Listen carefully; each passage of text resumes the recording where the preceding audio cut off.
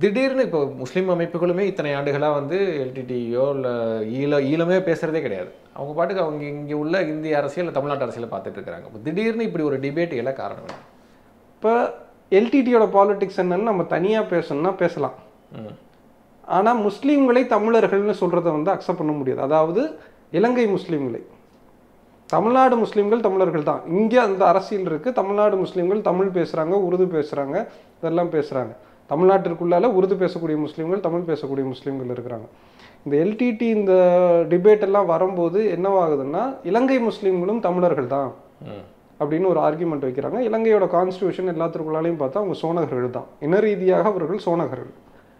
அப்போ நீங்கள் இன்னைக்கு ஒரு சில யூடியூப் சேனல்ஸ்லாம் பேசுகிறாங்கல்ல, அப்போ நீங்கள் அந்த தரப்பை நோக்கி கண்டிக்கணும். ஹிட்லரோட ஒப்பிடுறீங்க. ஹிட்லரோட ஒப்பிடுறாங்க. சரி, நம்ம வந்து பிஜேபியோட காங்கிரஸை ஒப்பிட்டா குதிக்கிறாங்கல்ல. பிஜேபி இளையராஜாவோட மோடி ஒப்பிட்டாலே அவ்வளோ கோவம் வருது. இதெல்லாம் நடக்குது. அப்போ வந்து நீங்கள் வந்து எல்டிடியும் ஹிட்லரையும் வந்து ஒன்றா ஒப்பிடுறதே வந்து அபத்தம் முதல்ல. இப்போ இன்னைக்கு நீங்கள் எல்டிடியை கிரிட்டிக் பண்ணுறன்ற பேரில் முஸ்லீம்களை தொடரும்போது அப்போ நீங்கள் அது என்னமா டிரான்ஸ்ஃபார்ம் ஆகும். அப்போ அவன் ஒரு 4 வார்த்தையை சொல்லுவான், இவன் ஒரு 4 வார்த்தையை சொல்லுவான். வெகுஜனங்கள் மத்தியில் அது வேற விதமான அரசியலை உருவாக்கும்ல. முஸ்லீம்களை இன்னும் ஏலியனேட் பண்ணும்ல. தமிழ்நாட்டிற்குள்ளாலேயும் நடக்கும். இப்போ தமிழ் தேசியத்துக்கு முஸ்லீம்கள் எதிரியா? தமிழ் தேசியம் பேசக்கூடிய அரசியலுக்கு முஸ்லீம் எதிரானவர்கள், இல்லை முஸ்லீம்களுக்கு தமிழ் தேசியம் பேசக்கூடியவர்கள் எதிரானவர்கள் அப்படின்ற நரேட்டிவை செட் பண்ண விரும்புகிறாங்களா? இல்லை, இன்னைக்கு அவர்கள் அந்த அளவுக்கெல்லாம் கூட இல்லை. முஸ்லீம் எல்டிடியை நான் கேன்சல் பண்ணணும், அதற்கு முஸ்லீம்களை வெளியேற்றிட்டாங்க ஒரு காரணம். சரி, அவ்வளோதான் அவங்களோட நரேட்டிவ். அதற்கு வந்து சுற்றிட்டு போயிட்டு இருக்கிறாங்க. அவங்களுக்கு வந்து தமிழ் தேசியம் பிடிக்க போகிறேன், திராவிட நாடு பிடிக்க போகிறேன், இப்படிலாம் பெரிய லார்ஜர் ஐடியாலாம் அதுக்கெல்லாம் இன்னும் வேலையெல்லாம் பார்க்குறதுக்கெல்லாம் ஒன்றும் இல்லை. அவர்களுக்கு முஸ்லீம்களை இப்போ சும்மா ஒரு காயினுக்காக எடுத்துக்கிறாங்க. இது இங்கே தமிழ்நாட்டில் இருக்கக்கூடிய முஸ்லீம்கள் இப்படியான டிபேட்டை எப்படி அணுகணும்னு நினைக்கிறீங்க? இல்லை, தமிழ்நாட்டு முஸ்லீம்கள் ரொம்ப நாளாகவே பொலிட்டிக்கலாக ரொம்ப தெளிவாக இருக்கிறாங்க. இந்தியாவுக்குள்ளால் இருக்கிறோம். இங்கே உள்ள பிரச்சனையே வந்து தலைக்கு மேலே போயிட்டு இருக்குது. அந்த பிரச்சனையை சமாளிக்கவே முடியல. அப்போ தேவையில்லாமல் நான் சொல்கிறது என்னென்னா, நான் ஒரு வெல்ஃபேர் பார்ட்டிலேருந்து வரேன். நான் தேவையில்லாமல் இந்த டிபேட் எல்லாம் தூக்கிட்டு வந்து இங்கிட்ட வந்து போட்டுக்கிட்டு இருந்தேன்னா தேவையில்லாத சும்மா தான் முஸ்லீம்களுக்கு. இங்கே 1008 பிரச்சனை இருக்குது. தலைக்கு மேலே இல்லை, 4 தலைக்கு மேலே போயிட்டு இருக்கு பிரச்சனை. இப்போ நீங்கள் இதை கொண்டு வரும்போது என்ன இடத்துல இவ்வளோ நாளாகவும் டிப்ளமேட்டிக்காக தான் இருக்கிறாங்க முஸ்லீம்கள். இனியும் அப்படி தான் இருப்பாங்க, சைலண்டாக தான் இருப்பாங்க. அப்போ அந்த டிபேட்டை எடுத்துகிட்டு வரும்போது தமிழர்கள் வாஸ் முஸ்லீம்கள்ன்ற ஒரு கான்ட்ரவர்சி உருவாகுது இல்லை. இன்றைக்கி இந்தியாவில் ஹிந்துத்துவ பாலிட்டிக்ஸ் இருக்குது. மெஜாரிட்டி ஆல்ரெடி லின்ச் ஆகிட்டு இருக்கு. ஜூன் 5 தேர்தல் முடிஞ்சதுலேருந்து இப்போ வரைக்கும் பார்த்தோன்னா கூட தினமும் ஒரு நியூஸ் வந்துக்கிட்டே இருக்குது முஸ்லீம்கள் மீது. எதிர்கட்சிகள் கண்டிக்கவே இல்லை, ராகுல் காந்தி கண்டிக்கவே இல்லை, யாரும் கண்டிக்கல. தினமும் ஜூன் 5லேருந்து பார்த்தோன்னா இப்போ வரைக்கும் இருக்குது, இந்த ஒரு மாதத்துக்குள்ளால. அப்போ இந்த டிபேட்டை இன்றைக்கி ஏன் எடுக்கிறீங்க? இந்த பிரச்சாரத்தை இன்றைக்கி ஏன் எடுக்கிறீங்க? அதோட நோக்கம் என்ன, இன்டென்ஷன் என்ன? எதனால இது ஹிட்லரோட ஒப்பிடுறீங்க? அப்போ எதனால முஸ்லீம்கள் அந்த இடத்துக்குள்ளால இன்னைக்கு ஏன் வைக்கிறீங்க அப்படின்றது தான் என்னோட கேள்வி. இன்னைக்கு வைக்கிறதுன்னு வழியா அது எதுவாக உருமாறும்? வணக்கம் தோழர், எப்படி இருக்கீங்க? நல்லா. சமீப காலத்தில் இந்த எல்டிடி பிரபாகரன் இவங்களை பற்றியான விவாதங்கள் வந்து அதிகரிச்சிருக்கு. எதை மையப்படுத்தி அப்படின்னா முஸ்லீம்களை மையப்படுத்தி. திடீர்னு இப்படி ஒரு விவாதம் காரணம் என்னன்னு நினைக்கிறீங்க? ஏன்னா வந்து முதல்ல நீங்கள் காரணத்தை சொல்லுங்கள், அதுக்கப்புறமா என்னுடைய கேள்விகளை நான் வைக்கிறேன். இல்லை, இப்போ 2009 போர் முடியுது. இலங்கையில் போர் முடிஞ்சு ஒரு 15 வருஷத்துக்கு மேலே ஆகுது. இப்போ இந்த போருக்கும் தமிழ்நாட்டிற்குமான தொடர்பு என்ன அப்படின்னா, தமிழ் பேசுகிறோம், இலங்கையில் இருக்கும் மக்கள் வந்து தமிழ் பேசுகிறாங்க, நம்ம 2 பேருக்குமான உறவு வந்து தமிழ் பேசுகிறது மட்டும்தான். அப்போ அதில் முஸ்லீம்களை அவர்கள் வந்து உள்ளே எடுத்துக்கிட்டு இந்த ஆர்கியூமெண்ட்ஸ்லாம் பேசுகிற சமீபமாக ஒரு 4-5 வருஷமாக அது ரொம்ப பீக்கில் வந்து எல்டிடி வந்து முஸ்லீம்களை வந்து வெளியேற்றி இருக்கிறாங்க. இந்த ஆர்கியூமெண்ட்ஸ் தொடர்ந்து வைக்கப்பட்டுக்கிட்டே இருக்கு.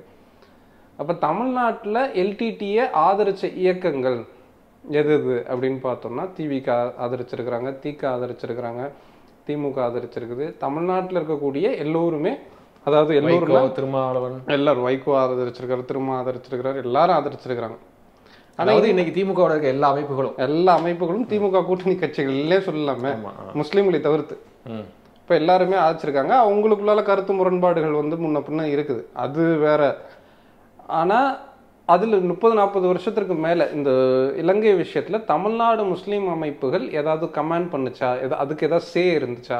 சொல்றதுக்கு எந்த கருத்துமே அவங்க வெளிப்படையாக சொன்னதில்லை, அமைதியாக இருக்கிறாங்க. அது முஸ்லீம் லீக்கும் சொன்னதில்லை, தமுமுகல இருந்து முஸ்லீம் ஜமாத்துகள்ல இருந்து எதுவுமே சொன்னது கிடையாது. அது பக்கத்து நாட்டோட பிரச்சனை அப்படின்ற அளவில் இங்கே திமுகவோட ஒரு ரிலேஷன்ஷிப்போ இல்லை அண்ணா திமுகவோட ஒரு ரிலேஷன்ஷிப் மெயின்டைன் பண்ணிக்கிட்டு, இல்லை வைகோ திருமா இந்த மாதிரியான தரப்புகளோட ஒரு ரிலேஷன் மெயின்டைன் பண்ணிட்டு இந்த ஸ்டேட்டோட பாலிடிக்ஸை பார்த்துட்டு இருக்காங்க. பக்கத்து ஸ்டேட்டில் நடக்கிறத கமெண்ட் பண்ணலை. ஆனால் இன்னைக்கு திமுக சார்பான ஊடகங்கள், சொல்லிக்கிற ஊடகங்கள், சார்பான ஊடகங்களா இல்லை சொல்லிக்கிற ஊடகங்கள் வந்து திமுக இன்னைக்கு எல்டிடியை வந்து, அதாவது பிரபாகரனை குறித்து இழிவாக பேசுறது, அவதூறாக பேசுறது, அப்போ வந்து அந்த தரப்புகள் வந்து இவங்க கண்டிக்கிறாங்களா இல்லை என்ன நோக்கத்துக்காக பண்ணுறாங்கன்னு ஒரு கேள்வி வருதுல்ல. பிரபாகரன் குறித்து ஹிட்லரோட பிரபாகரனை ஒப்பிடுறதா இருக்கலாம், இல்லைன்னா வந்து இன்னும் வசை சொற்கள்லாம் சில இதெல்லாம் சொல்கிறாங்க. அப்போ இது என்ன பாலிடிக்ஸ்ன்னு தெரியல. குளத்தூர் மணியோ ராமகிருஷ்ணனோ இவங்கெல்லாம் ஏன் கண்டிக்கலை அப்படின்றது ஒரு கேள்வி, அது இருக்கட்டும். திடீர்னு இப்போ முஸ்லீம் அமைப்புகளுமே இத்தனை ஆண்டுகளாக வந்து எல்டிடியோ இல்லை ஈழமே பேசுகிறதே கிடையாது. அவங்க பாட்டுக்கு அவங்க இங்கே உள்ள இந்திய அரசியல் தமிழ்நாட்டு அரசியலை பார்த்துட்டு இருக்கிறாங்க. இப்போ திடீர்னு இப்படி ஒரு டிபேட் எல்லாம் காரணம் இல்லை. இதுக்கப்புறமும் கூட இந்திய முஸ்லீம்களும் சரி தமிழ்நாடு முஸ்லீம்களும் சரி இந்த விஷயத்த பேச மாட்டாங்க, இனியும் பேச மாட்டாங்க. அது அந்த இலங்கை முஸ்லீம்கள் பார்த்துக்குவாங்க அப்படின்ற அளவில் அது ஒரு பெரிய லார்ஜர் டிபேட்டு. அப்போ இந்தியாவிற்குள்ளால இங்கே வாழ்ற பிரச்சனையே வந்து பாபரி பள்ளியா இருக்கலாம், இவர்கள் சொல்றது காத்தான்குடி, ஸ்ரீலங்காவில் காத்தான்குடி சொல்றதா இருக்கலாம், இல்லை யாழ்ப்பாணத்துலேருந்து முஸ்லீம்களை வெளியேற்றுறதா இருக்கலாம், யாழ்ப்பாணம் மன்னார் இங்கேருந்து வெளியேற்ற ஒரு 80,000 பேருக்கு மேலே வெளியேற்றுறதுலாம் இருக்குது. இப்போ எல்டிடியோட பாலிடிக்ஸ் என்னன்னு நம்ம தனியாக பேசணும்னா பேசலாம். ஆனால் முஸ்லீம்களை தமிழர்கள்னு சொல்கிறத வந்து அக்செப்ட் பண்ண முடியாது. அதாவது இலங்கை முஸ்லீம்களை, தமிழ்நாடு முஸ்லீம்கள் தமிழர்கள் தான். இங்கே அந்த அரசியல் இருக்குது. தமிழ்நாடு முஸ்லீம்கள் தமிழ் பேசுகிறாங்க, உருது பேசுகிறாங்க, இதெல்லாம் பேசுகிறாங்க. தமிழ்நாட்டிற்குள்ளால உருது பேசக்கூடிய முஸ்லீம்கள், தமிழ் பேசக்கூடிய முஸ்லீம்கள் இருக்கிறாங்க.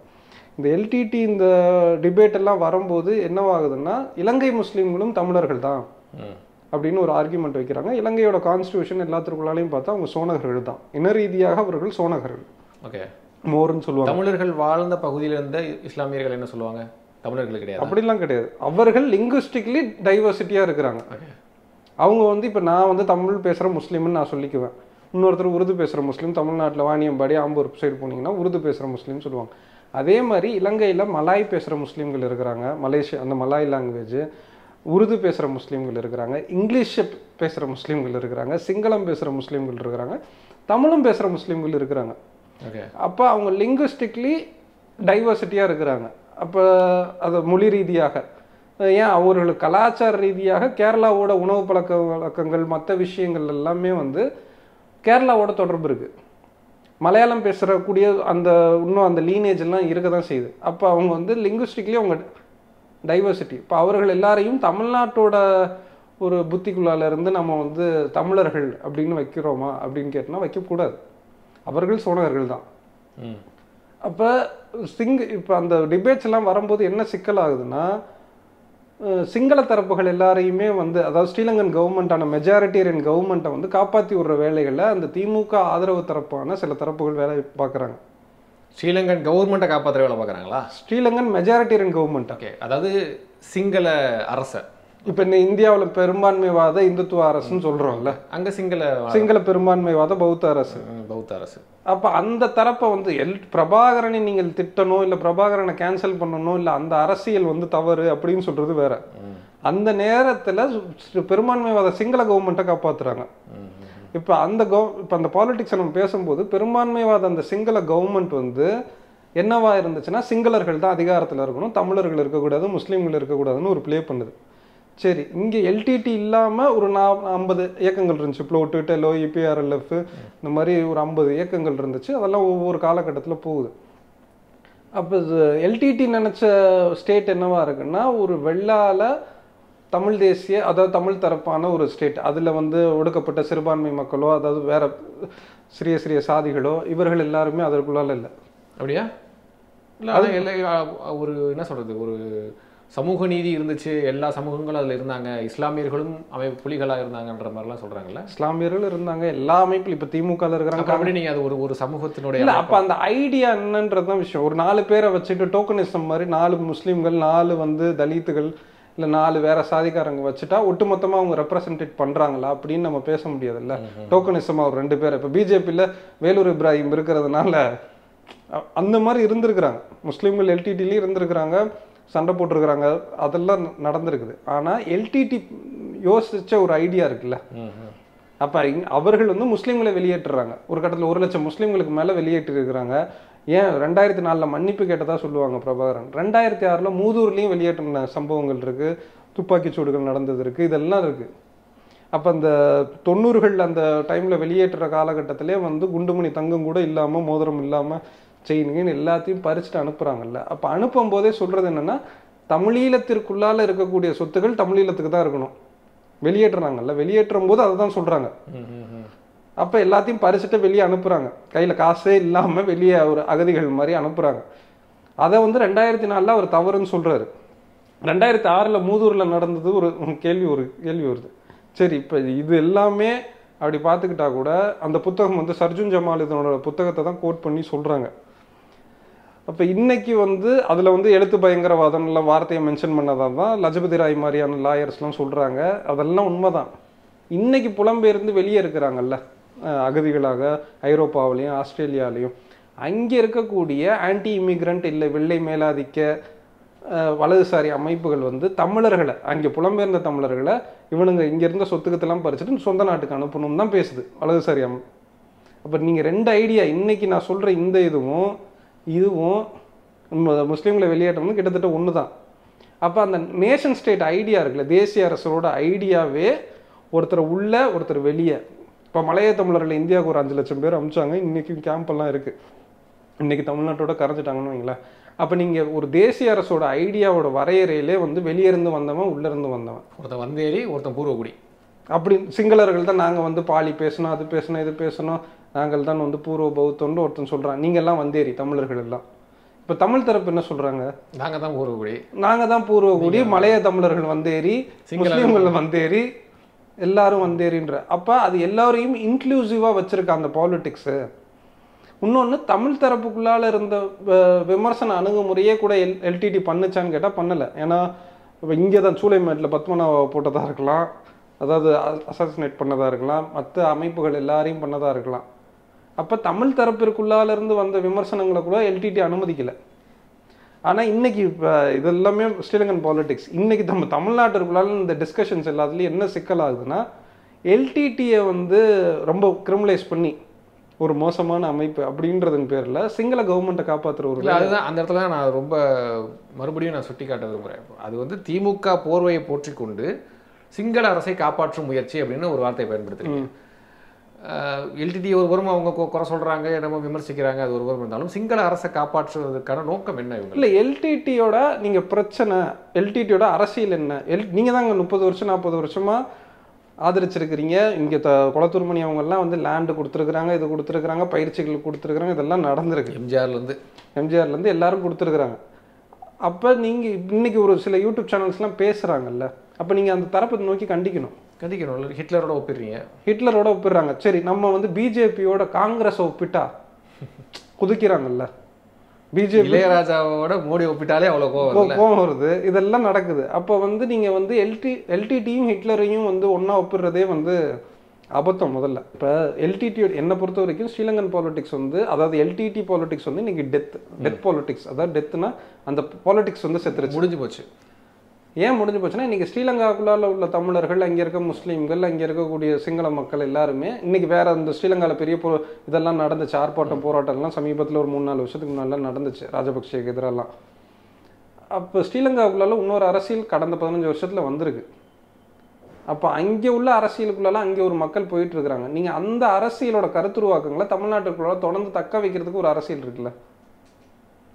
அப்போ அதில் வந்து 2009 வந்து போர் நடக்கும்போது திமுக தான் இதெல்லாம் பண்ணுச்சு அப்படின்னு தொடர்ந்து ஒரு குற்றச்சாட்டு வைப்பாங்க. திமுக வந்து வேடிக்கை பார்த்துச்சு, நாம் தமிழர் கட்சி வைப்பாங்க, நாம் தமிழர் வைப்பாங்க, சின்ன சின்ன தமிழ் தேசிய அமைப்புகள் வைப்பாங்க, இதெல்லாம் வச்சுக்கிட்டே இருப்பாங்க. இப்போ நீங்கள் அந்த ஆர்கியூமெண்ட்ஸை எதிர்கொள்ள முடியல இவர்களால். அது ஒரு வலுவில்லாத ஆர்கியூமெண்ட்னா கூட அந்த ஆர்கியூமெண்ட்டை எதிர்கொள்ளணும். இல்லை, எல்டிடியோட பாலிடிக்ஸ் என்னன்றதை தெளிவாக பேசணும், ஸ்ரீலங்காவுக்குள்ளால என்னன்னு பேசணும். அதில் ஊறுகாய் மாதிரி நான் தொட்டுக்கிறேன் நடுவில் முஸ்லீம்களை எடுத்துகிட்டு வந்து கோக்குறதுன்னா இப்போ நான் 30 கருவியாக பயன்படுத்துகிறாங்க முஸ்லீம். இப்போ மட்டும் முஸ்லீம்கள் மேலே ஏதோ பாசமாக இருக்கிற மாதிரி வெளியேற்றிட்டாங்க. 90களில் 2000 ஆதரிச்சு திவிக இங்கே போராட்டம் பண்ணலையா, தீகா பண்ணலையா, எல்டிடிக்கு ஆதரிச்சு பண்ணியிருக்கிறாங்கல்ல. 2009 வரைக்கும் எல்டிடிக்கு ஆதரிச்சாங்க தானே, வைகோலேருந்து தோழர் திருமாவிலேருந்து எல்லாரும் ஆதரிச்சாங்கல்ல எல்டிடியை. இன்றைக்கும் ஆதரிக்கிறாங்க, இன்னைக்கும் ஆதரிக்கிறாங்க, இன்னைக்கே ஆதரிக்கிறாங்க. அப்போ அந்த தரப்புகள் வந்து இன்னைக்கு ஏன் அப்படி பேசுகிறாங்க அப்படின்னு ஒரு கேள்வி இருக்கு. அப்போ இன்னைக்கு நம்ம ஒரு அரசியல் நீங்களான இதை பேசும்போது இது என்னவாக உருமாறும்? இல்லை, இது நரேட்டிவாக செட் பண்ண விரும்புகிறாங்களா? இது நரேட்டிவாக செட் பண்ண விரும்புகிறாங்க. அப்போ நம்ம பாலிடிக்ஸ் வந்து அப்படி ஸ்டாக்னண்ட்டாக நிற்காது.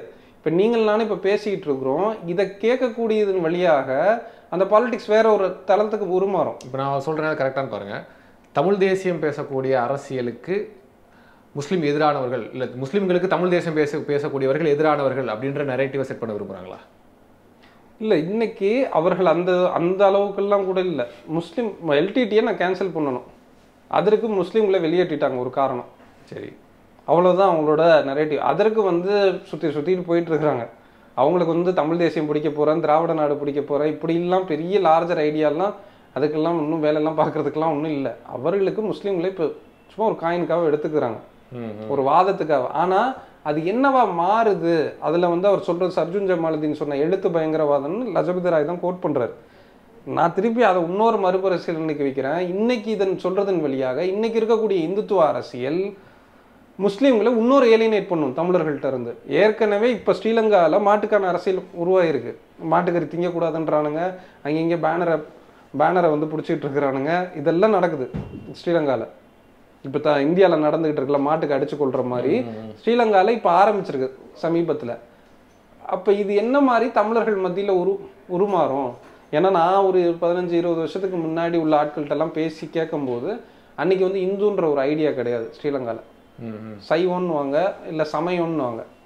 யாருப்பான்னு கேட்டால் சமயத்தை சேர்ந்தவங்கன்னுவாங்க. ஆனால் இன்னைக்கு இந்துன்ற ஐடியா இங்கே வந்து எவால்வ் ஆயிருக்கு. ஆர்எஸ்எஸ் அங்கே போய் ஒரு வேலையை பார்க்குது லாஸ்ட் ஒரு 20 வருஷத்துக்கு உள்ளால. நடுவில் பிஜேபி கூட பார்ட்டி ஸ்டார்ட் பண்ணுறது கூட இது பண்ணாங்க. பிஜேபி போய் இந்த மலைய தமிழருக்கு வீடெல்லாம் கட்டி கொடுத்தாங்க. இவர் அண்ணாமலை கூட போனார். அந்த பாலிடிக்ஸ் வந்து இங்கே வேற மாதிரி போகுது.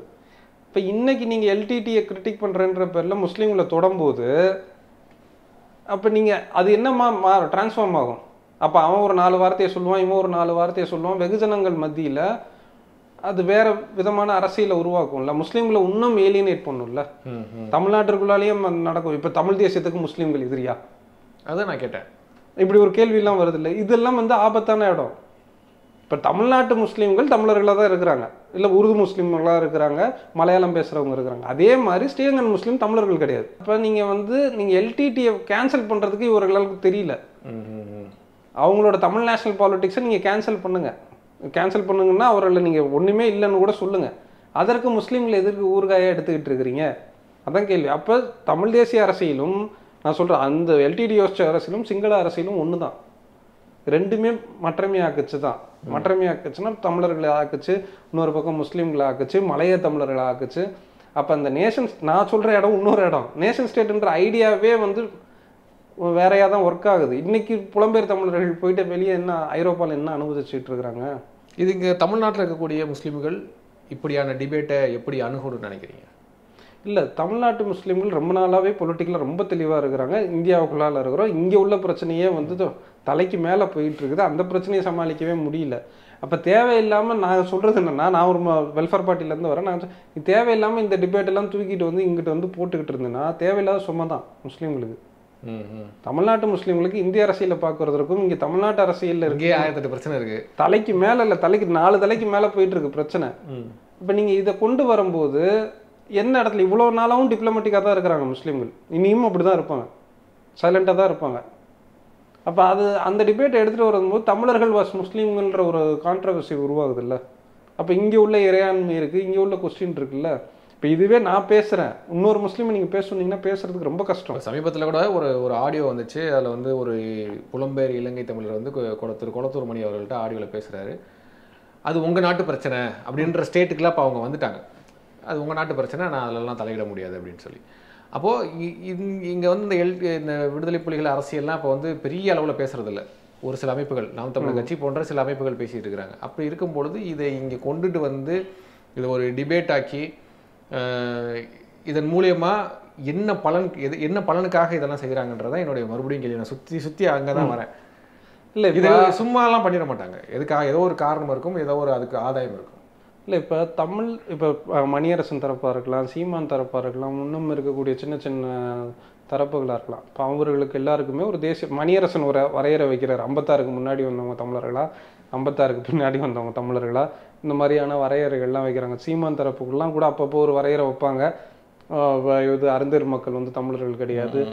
இப்போ இந்த தேசிய அரசோட இப்போ ஒரு பக்கம் அவங்க ஒரு பக்கம் வந்து அவனுங்க இந்து ராஷ்டிரான்னு ஒரு பக்கம் பேசிக்கிட்டு இருக்கிறாங்க, அகண்ட பாரதம் பேசுகிறாங்க, இன்னொரு பக்கம் இந்த மாதிரியான தரப்புகள் இருக்குல்ல. அப்போ நம்ம புரிஞ்சுக்கிறது என்னென்னா, இந்த பாலிடிக்ஸ் என்னவா ஒர்க் ஆகுது, இதில் முஸ்லீமாக நான் எந்த இடத்துல நிற்கிறேன் அதை தான் நான் கன்வே பண்ண வரேன். ரெட் பிக்ஸ் சொல்லியா முஸ்லீமாக நான் வந்து 30-40 வருஷமாக சைலண்ட்டாக தான் இருந்தேன், இனியும் சைலண்ட்டாக தான் இருப்பேன் ஸ்ரீலங்கன் இஷ்யூஸில். ஏன்னா நான் உங்ககிட்ட எவ்வளோ டிப்ளமேட்டிக்காக இருக்கிறேன்னு நான் சொல்ல வரேன். உங்ககிட்ட நான் எவ்வளோ டிப்ளமேட்டிக்காக இந்தியன் இஷ்யூஸை பேசிக்கிட்டு அந்த விஷயத்தில் சைலண்ட்டாக இருக்கிறேன். நீ கிறுக்குத்தனம் பண்ணி 30-40 வருஷமாக எல்டிடியை சப்போர்ட் பண்ணிவிட்டு திருப்பி வந்து எல்டிடி பிரச்சனைன்ட்டு வந்து கூச்சிக்கிட்டு இருக்கிற. அப்போ அங்கே நடக்கக்கூடிய முஸ்லீம்களை பற்றியும் உனக்கு அதை நீ தான் கண்டிக்கணும், நீங்கள் தான் கண்டிக்கணும், பேசுகிறவங்களே இவங்க தான் கண்டிக்கணும். ஏன்னா அந்த வார்த்தை அந்த பிரச்சாரங்கள் வந்து வேறாக இன்னைக்குள்ள நடப்பு அரசியலில் வேறா மாறுதுன்னு சொல்கிறேன். இப்போ இந்த பிரச்சாரங்கள் வழியாக நம்ம பேசுகிறதோ இல்லை மேடை போட்டு பேசுகிறதோ இந்த இணைய பிரச்சாரங்களோ, இந்த இணைய பிரச்சாரங்கள் இன்னைக்கு இருக்கக்கூடிய இஸ்லாமோஃபோபியா, இன்னைக்கு இருக்கக்கூடிய இந்துத்துவ பாலிட்டிக்ஸ். ஏன்னா ஸ்ரீலங்காவில் அண்ணாமலை போயிருக்கிறாரு. ஸ்ரீலங்கா இதெல்லாம் இன்னும் வந்து வீரியமடைய வைக்கும். இன்னும் வேறையா வரும். இங்கே இருக்கக்கூடிய இளைஞர்கள் வந்து ஒரு 4 வார்த்தை சொல்லுவான். இன்னைக்கு அவனுக்கு 20 வருஷத்துக்கு முன்னாடி பிறந்துட கூட மாட்டான். இன்னைக்கு இந்த பிரச்சாரங்கள் வழியாக பார்த்துட்டு பிரபாகரன் ஒரு 4 திட்டுவான். இல்லை அந்த சைட்ல இருந்து ஒரு 4 அவன் அந்த பசங்க வந்து நீ அப்படி சொல்லிட்டியாடான்ட்டு இவனுங்களை திட்டுவாங்க. அப்போ இன்னைக்கு இந்த பாலிடிக்ஸ் வந்து ஒழுங்காக டிரைவ் ஆகுதுன்ற ஒரு கேள்வி இல்லை. எல்டிடியாக இருக்கலாம், இல்லை உலகத்தில் இல்லை ஹமாஸாக இருக்கலாம், யாரை பற்றியும் பேசலாம், அது பிரச்சனை இல்லை. ஆனால் என்ன பேசுகிறோம், அது நம்ம வாழக்கூடிய சமூகத்தில் இல்லை அரசர்களால் அது என்ன விதமான விளைவுகளை உருவாக்கும், அதுதான் கேள்வி இருக்குது. அப்போ நீங்கள் வந்து ஸ்ரீலங்கன் கவர்மெண்ட் அந்த சில பேட்டிகள்லாம் பார்க்கும்போது ஸ்ரீலங்கன் கவர்மெண்ட்டை தொடர்ந்து காப்பாற்றுறாங்க. ஸ்ரீலங்கன் கவர்மெண்ட் ஏதோ பெரிய நல்லவர்கள் மாதிரியும், அவர்கள் ஏதோ தமிழர்களுக்கெல்லாம் உரிமையை கொடுத்துட்ட மாதிரியும். அப்போ நீங்கள் ஸ்ரீலங்காவை கொஸ்டினே பண்ண மாட்டீங்கல்ல. இப்போ ஸ்ரீலங்காவை கொஸ்டின் பண்ணாமல் நீங்கள் வந்து வெறும் எல்டிடியை மட்டும் வச்சிங்கன்னா இந்த வாதங்கள் வந்து இன்னொரு விதமான வலதுசாரி அரசியலுக்கு போகும். ஸ்ரீலங்கா நீ அவனை கேட்க மாட்டான் பாரு, அப்போ இவனும் அவன் ஆள் தான் போல இருக்குது அப்படின்ற ஒரு ஆர்கியூமெண்ட்டை தமிழ் தரப்புக்குள்ள வந்து வைப்பாங்க. அது நியாயமான ஆர்கியூமெண்ட்டு. அந்த பிரச்சாரங்கள் ஒரு பக்கம் போகும், இன்னொரு பக்கம் முஸ்லீம்களை வந்து வெளியேற்றுவாங்க இந்த ஆர்கியூமெண்ட் வழியா திருப்பியும். அப்போ நாம் பேசுகிறது வந்து இன்னைக்குள்ள தேசிய அரசோட ஐடியா என்ன. இப்போ நீங்கள் மணியரசனாக இருக்கலாம், சீமானா இருக்கலாம், இல்லை இவர் இன்னைக்கு பேச பிஜேபி தரப்பாக இருக்கலாம், எல்லாருமே தேசிய அரசில் ஒரு இன் அண்ட் அவுட் ஒன்று வைப்பாங்க. இவன்லாம் வந்தேறி வந்தான் உள்ளே வந்தவன். இப்போ இந்த ஐடியாவே சமீபத்தில் வந்த ஒரு ஐடியா, அது இங்கேயுமே இருக்கு. ஆரியம் திராவிடம் இருக்கும். அப்போ அந்த தேசிய அரசுக்கு ஒரு கோடு போடுறோம்ல, அந்த கோடு போட்டு கான்ஸ்டியூஷனுக்குள்ளால அப்போ எல்லா உலகத்தில் உள்ள எல்லா தேசிய அரசுகளும் பெருவாரியான மக்களை கொண்டுட்டு தான் அந்த தேசிய அரசுகள் இருக்குது. எல்லா தேசிய அரசு, இந்த தேசிய அரசு அந்த அரசெல்லாம் சொல்லலை, எல்லா அரசுகளும் அந்த மாதிரி தான் இருக்குது. அப்போ ஒரு ஸ்டேட் ஃபவுண்ட் ஆகும்போதே இன்னும் அவுட்டுக்குள்ளால வருது, அதுக்குள்ளால ஒரு பர்மனன்ட் மெஜாரிட்டி ஒன்று வருது, பர்மனன்ட் மைனாரிட்டியும் செட் ஆகிடுது. ஆமாம். அப்போ ஸ்ரீலங்காவை பொறுத்த வரைக்கும் பார்க்கும்போது முஸ்லீம்களுக்கும் தமிழர்களுக்கும் 2 மைனாரிட்டிக்கு கிளாஷ் பண்ணிக்கிட்டு ஒரு மெஜாரிட்டி ஒரு ப்ளே பண்ணும் politics. Sri Lankan majority politics, Sinhala majority politics வந்து முஸ்லீம் மைனாரிட்டியும் தமிழ் மைனாரிட்டிக்குள்ளால ஒரு கிளாஷை உருவாகும். இப்போ நம்ம இதை எப்படி புரிஞ்சுக்கிறோம் அப்படின்றத, ஏன்னா தமிழ்நாட்டு தமிழர்கள் தமிழ் பேசுகிறாங்க, உருது பேசுகிறாங்க, ஸ்ரீலங்கன் தமிழர்கள் பல மொழி பேசுகிறாங்க. ஸ்ரீலங்கன் கான்ஸ்டியூஷனுக்குள்ளால சோனகர்கள் தான் இருக்குது, மோருன்னு சொல்லுவாங்க இங்கிலீஷில். அதோட ரூட் காசு சோஷியாலஜிலாம் போனால் அது வேறு டிபேட். அது சரியா தவறா அதெல்லாம் வேறு டிபேட்டு. அப்போ நீங்கள் சொல்லக்கூடிய இப்போ தமிழ் தேசியம்னு எல்டிடி சொல்கிறாங்கல்ல, அதில் ஏன் முஸ்லீம்கள் உள்ளடக்கப்படலை? அப்போ அவங்க பேசின அந்த ஐடியா என்ன? அப்போ ஏன் அந்த வெள்ளாள தேசியமாக அது மாறுது? ஏன் முஸ்லீம்களை வெளியேற்றிட்டாங்க, கொன்னுட்டாங்க, பிரபாகரன் ரொம்ப கொடூரமான ஆள். சரி, கொடூரமான ஆள் தான், அதெல்லாம் பிரச்சனை இல்லை. ஆனால் ஏன் வெளியேற்றினாங்க? அந்த ஐடியா இங்கேருந்து டிரைவ் ஆகுது. ஏன் 2004 மன்னிப்பு கேட்டு 2006 மூதூரில் வந்து நடக்குது, திருப்பி முஸ்லீம்கள் மீது ஒரு தாக்குதல் நடக்குது. ஏன் அது வந்து திருப்பி நடந்துக்கிட்டே இருக்கு? அப்போ முஸ்லீம்களை நீ என்னவா பார்த்த அப்படின்னு ஒரு கேள்வி வருதுல்ல. அப்போ நீங்கள் வந்து எல்லாரையும் இன்க்ளூசிவாக எடுத்துக்கிட்டீங்களா? அப்படின்றது தான் ஸ்ரீலங்கன் பாலிடிக்ஸ்குள்ளால நம்ம புரிஞ்சுக்கிட்டு நம்ம பேசணும். இன்னொன்றும் ஸ்ரீலங்கன் பாலிடிக்ஸ் வந்து அது வேற தளத்துக்கு நகர்ந்துருச்சு. அதை தமிழ்நாட்டிற்குள்ளால திருப்பியும் போட்டு குழப்பிக்கிட்டு, இப்போ தமிழ்நாட்டில் இப்போ அந்த சேனல்ஸ்லாம் சொல்கிறோம்ல, இதிலெல்லாம் பேசுகிறாங்க. இன்னைக்கு இந்தியாவில் ஹிந்துத்துவ பாலிடிக்ஸ் இருக்குது மெஜாரிட்டி. ஆல்ரெடி லின்ச் ஆகிட்டு இருக்கு. ஜூன் 5 தேர்தல் முடிஞ்சதுலேருந்து இப்போ வரைக்கும் பார்த்தோன்னா கூட தினமும் ஒரு நியூஸ் வந்துக்கிட்டே இருக்குது முஸ்லீம்கள் மீது. எதிர்கட்சிகள் கண்டிக்கவே இல்லை, ராகுல் காந்தி கண்டிக்கவே இல்லை, யாரும் கண்டிக்கல. தினமும் ஜூன் 5லேருந்து பார்த்தோன்னா இப்போ வரைக்கும் இருக்குது, இந்த ஒரு மாதத்துக்குள்ளால. அப்போ இந்த டிபேட்டை இன்னைக்கு ஏன் எடுக்கிறீங்க? இந்த பிரச்சாரத்தை இன்னைக்கு ஏன் எடுக்கிறீங்க? அதோட நோக்கம் என்ன, இன்டென்ஷன் என்ன? எதனால இது ஹிட்லரோட ஒப்பிடுறீங்க? அப்போ எதனால முஸ்லீம்கள் அந்த இடத்துக்குள்ளால இன்னைக்கு ஏன் வைக்கிறீங்க அப்படின்றது தான் என்னோட கேள்வி. இன்னைக்கு வைக்கிறதுன்னு வழியா அது எதுவாக உருமாறும்? அதான் என்னோட கேள்வி. பார்க்கலாம். இந்த எல்டிடி விவகாரம் தொடர்பாக பல ஆண்டுகளாக தமிழ்நாட்டில் வாழக்கூடிய முஸ்லீம்கள் அமைதி காத்துக்கிட்டு இருந்த போதிலும் இன்றைக்கு திடீர்னு இப்படி ஒரு டிபேட்டு உருவாகிருக்கிறது. இங்கே தமிழ்நாட்டில் ஒரு இஸ்லாமியர்களுக்கு ஒரு ஒரு பிரச்சனையை இல்லை தாக்கத்தை உருவாக்கும் அப்படின்ற ஒரு காரணத்தை வச்சுருக்கிறீங்க. கூடவே எல்டிடியை ஆதரிக்கக்கூடிய பெரியாரி அமைப்புகள், இங்கே தமிழ்நாட்டில் இருக்கக்கூடிய அரசியல் தலைவர்கள்லாம் இந்த விஷயத்தை கண்டிக்கணும் அப்படின்றதையும் வலியுறுத்திருக்கிறீங்க. பார்க்கலாம் இது எதை நோக்கி போகும், எங்கே போய் முடியும் அப்படின்றதையும் நம்ம பொறுத்து வந்து பார்க்கலாம். மீண்டும் நம்ம பேசலாம் தோழர். ரொம்ப நன்றி.